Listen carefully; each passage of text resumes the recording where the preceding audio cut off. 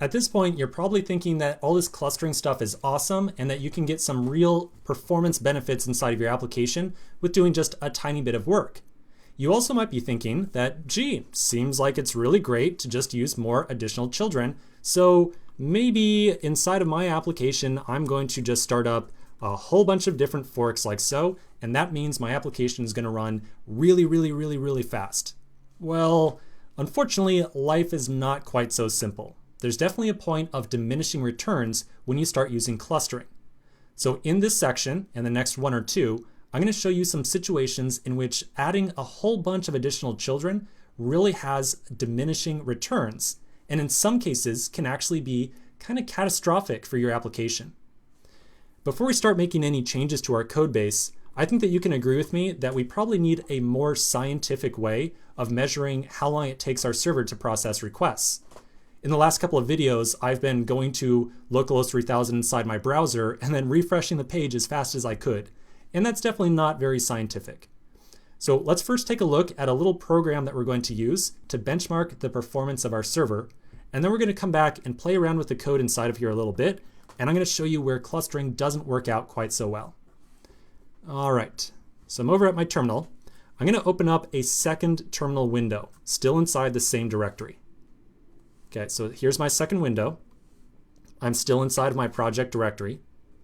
Now, I want you to know right now that the little program we're going to use to do this benchmarking is only installed by default on Mac OS and some Linux distributions. So if you are on Windows, the command that I'm going to use right here is not going to quite work out. And if it was easy to install this program on Windows, I would show you how to do it. But unfortunately, it's just kind of challenging on Windows. So if you're on a Windows machine, hey, don't sweat it. I encourage you to just follow along and watch these benchmarks. Honestly, it's probably just a lot easier if you kind of pay attention to what I'm doing rather than trying to replicate it on your machine, because there's kind of a few different variables at play here and how the exact numbers around all this clustering stuff is going to work out. So in other words, if you're on Mac OS, you can follow along with these commands, but if you're on Windows, I encourage you to just watch for a little bit. Okay, so here's the program we're going to use to benchmark our machine. The program is called Apache Benchmark, or AB for short. So you can put in simply AB, again, if you're on Mac OS, run it, and it will show you a bunch of help. You can read all this help stuff right here. Otherwise, obviously, I'll show you how to use it as well. So to use AB, we can specify a number of requests to make to some specific server. Apache Benchmark will then make all those requests, and then it will print out some statistics about how long it took for those requests to be processed. So let me give you a very quick example. Remember that back on our server right now, we have that /fast route. Let's try benchmarking how long it takes to run that route right there. So to do so, I can call AB-C,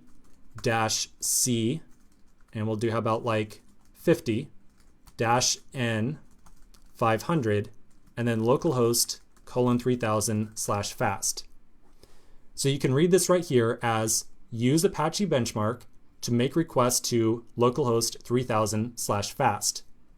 Make a total, so -n right here means total number, so make a total of 500 requests. And the -c of 50 means use a concurrency of 50.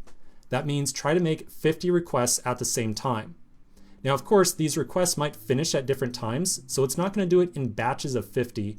Instead, it's going to try to make sure there are always 50 requests running at any given point in time.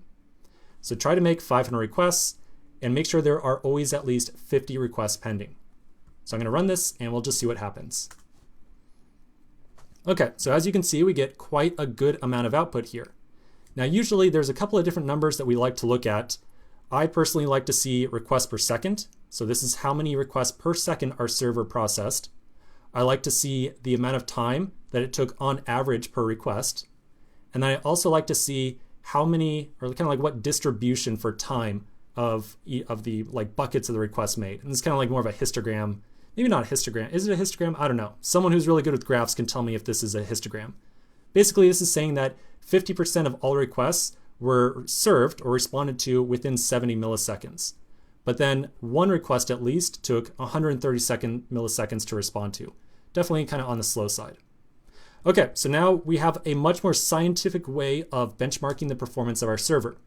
Now that we have this in place, let's come back in the next section and we're going to make some modifications to our server, and I'm going to show you exactly where clustering does not quite work out so well. So quick break, and we'll look into that in the next video.